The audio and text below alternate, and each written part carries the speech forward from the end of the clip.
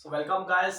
आज हम डिस्कस करने वाले हैं फिजिक्स का जो अपकमिंग एग्जाम है सीबीएसई का, उससे रिलेटेड टॉपिक्स के बारे में कि कैसे कैसे हमें जो है पेपर को अटेम्प्ट करना है और कौन कौन से टॉपिक्स को जो है मेनली हमें फोकस करना है।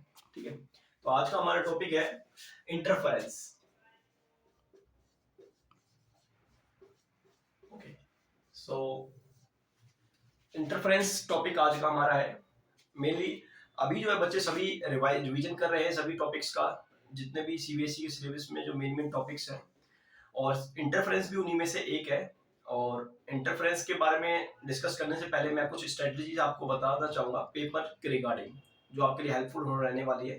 बिकॉज पेपर में सबसे जो मेन जो फैक्टर रहता है वो रहता है टाइम मैनेजमेंट का। बिकॉज टाइम मैनेजमेंट कर पाना हर बच्चे के लिए पॉसिबल नहीं हो पाता, क्योंकि कुछ क्वेश्चंस में जो है वो टाइम ज्यादा कंज्यूम कर देते हैं और बाकी क्वेश्चंस करने के लिए उनके पास टाइम नहीं बच पाता है।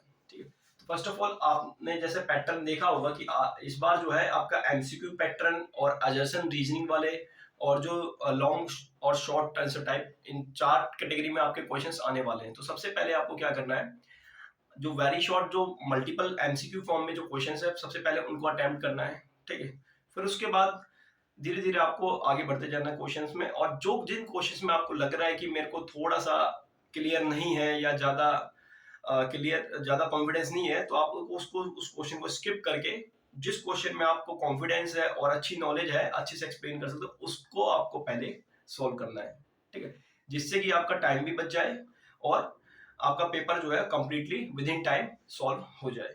ठीक है, तो आज हम टॉपिक पे डिस्कस करते हैं interference. Okay, so basically interference क्या है? इंटरफेरेंस में दो वेव्स हैं, मींस मान के चलिए। ओके,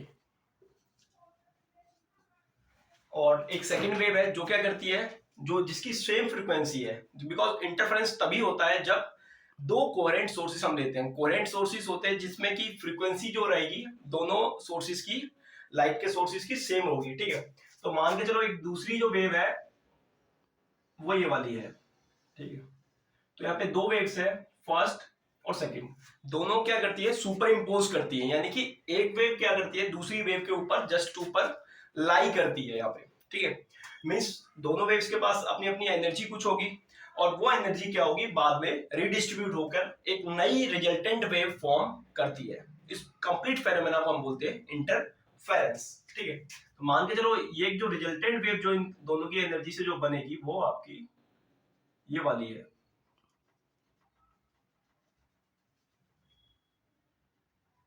ओके, सो ये जो हमने एग्जांपल यहाँ पे बताया ये कंस्ट्रक्टिव इंटरफेरेंस का है। बिकॉज इंटरफेरेंस में भी फर्दर दो टाइप होते हैं। सबसे पहले हम इंटरफेरेंस को एक्सप्लेन कर देते हैं। So interference basically it is the phenomenon of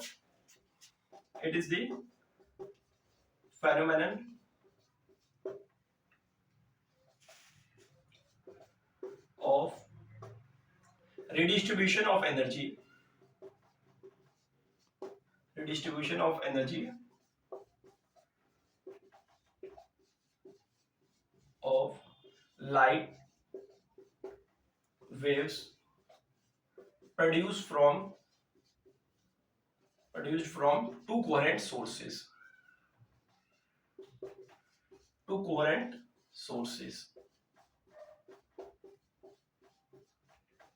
so first of all coherent sources के बारे में जान लीजिए, क्योंकि कोहेरेंट सोर्सेज क्या होते हैं, कोई भी दो आप सोर्सेज लाइट के लिए ऐसे लेते हो जिनकी जो फ्रीक्वेंसी जो वो एमिट कर रहे हैं, फ्रीक्वेंसी क्या होती है लाइट की सेम होती है, और उन दोनों सोर्सेज के बीच में जो फेज डिफरेंस है, मान के चलो मैंने एक S1 सोर्स लिया हुआ है और एक S2 सोर्स लिया हुआ है। अब दोनों से जो लाइट एमिट होगी, तो लाइट की जो फ्रीक्वेंसी होनी चाहिए वो क्या होनी चाहिए, सेम होनी चाहिए।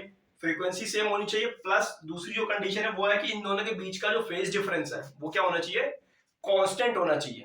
ठीक है, तो जैसे कि एग्जांपल के तौर पे हम ले सकते हैं, एक हमने वेव ले लेते हैं हम यहाँ पे A1 sin omega T. Okay, और सेकंड जो वेव है इसको A sin ओमेगा टी, और सेकंड वेव है इसको ले लेते हैं B sin omega t plus five. तो यहाँ पे आप देखोगे दोनों की जो एंगुलर फ्रीक्वेंसी है वो ओमेगा है, तो एंगुलर फ्रीक्वेंसी किसके इक्वल होती है, omega equal to 2 pi into frequency. तो ओमेगा अगर इक्वल है तो फ्रीक्वेंसी भी इनकी इक्वल होगी। तो इन दोनों केसेस में जो हमने दो वेव लिए हैं दोनों की फ्रीक्वेंसी भी सेम है और दोनों के बीच में जो कांस्टेंट फेज डिफरेंस है वो फाई का है। ठीक है, तो ये जो दोनों वेव्स है लाइट सोर्सेस, ये क्या है, कोहेरेंट आपकी सोर्सेस है, बिकॉज दोनों से जो है सेम फ्रीक्वेंसी और सेम कांस्टेंट फेज डिफरेंस की जो वेव्स हैं वो प्रोड्यूस की जा रही हैं। ठीक है, और फर्दर बाद में क्या होगा, ये दोनों वेव सुपर इम्पोज करेंगी, एक दूसरे के ऊपर लाई करेंगी। इनकी देखो दोनों कंडीशन हो सकती है। ये जो कंडीशन है ये है कंस्ट्रक्टिव के लिए। ऐसा भी हो सकता है एक वेव की क्रेस्ट ऊपर आए और नीचे दूसरी वेव की ट्रफ हो। ठीक है, तो उस केस में आपका डिस्ट्रक्टिव इंटरफेरेंस होगा।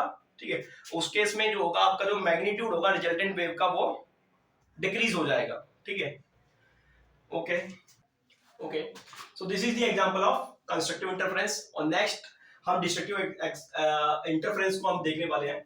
सो डिस्ट्रक्टिव इंटरफेरेंस में क्या होगा कि मान के चलिए अगर ये फर्स्ट वेव है, फर्स्ट वेव की क्रेस्ट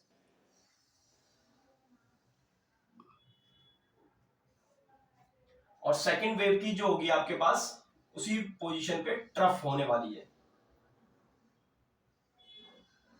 ओके, सो ये आपके मान के चलिए ये आपकी है सेकंड वेव, ये है आपकी फर्स्ट वेव। फर्स्ट वेव का जो एम्पलीट्यूड है वो हाई है, सेकंड वेव का एम्पलीट्यूड क्या है, कम है। ठीक है, तो आप यहां से देख सकते हो कि अगर जो आपकी रिजल्टेंट वेव जो बनने वाली है, बिकॉज देखो अगर हम इस एम्पलीट्यूड को लें तो ये पॉजिटिव में होगा और ये जो एम्पलीट्यूड होगा ये ट्रफ जो सेकंड वेव का है ये आपका नेगेटिव में होगा।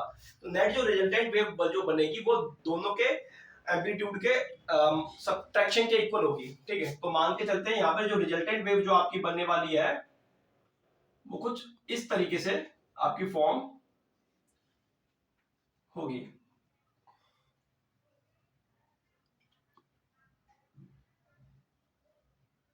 Okay, so this is the resultant interference wave. Okay, तो रिजल्टेंट जो होगा वो आपका y equal to y1 plus y2 के इक्वल होगा। तो यहां से जो आपका रिजल्टेंट जो बनने वाला है वो बनेगा a1 a sine omega d plus b sine omega t plus five. Okay,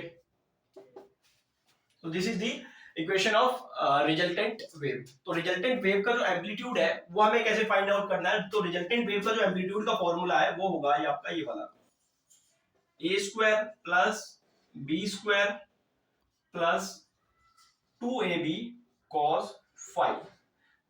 okay, so r यहाँ पे क्या होगा, जो रिजल्टेंट जो आपकी वेव बनेगी बाय द इंटरफेरेंस उसका एम्पलीट्यूड आप इस फॉर्मूला से फाइंड आउट कर सकते हो। a यहाँ पे क्या होगा, a होगा जो फर्स्ट जो वेव है उसका एम्पलीट्यूड हो जाएगा। ठीक है, और b होगा यहाँ पे सेकंड जो दूसरी वेव है उसका एम्पलीट्यूड हो जाएगा। ठीक है, तो जो रिजल्टेंट एम्पलीट्यूड होगा रिजल्टेंट वेव का वो इस फॉर्मूले के इक्वल हो जाएगा square root of a square plus b square plus 2ab cos 5। Phi क्या है, दोनों वेव्स के बीच में फेज डिफरेंस। ओके,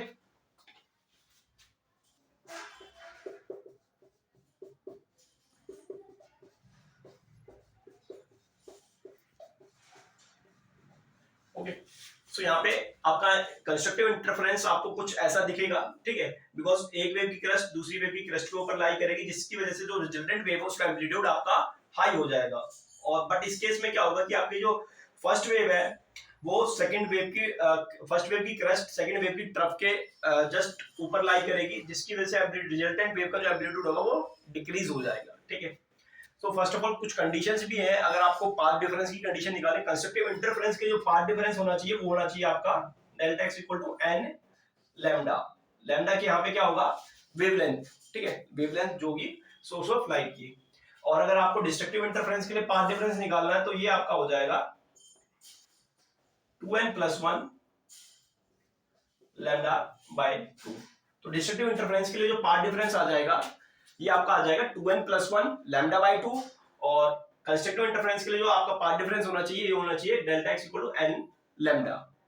ठीक है, तो इंटरफेरेंस में जो आपके फ्रिंजेस जो फॉर्म होंगे जो कि हमें यंग्स डबल स्लिट एक्सपेरिमेंट जो है उससे हमें पता चलता है, तो उसमें हम जो स्क्रीन पे जो फ्रिंजेस जो ऑब्टेन होंगे वो इक्वली ब्राइट ऑब्टेन होते हैं यहाँ पे।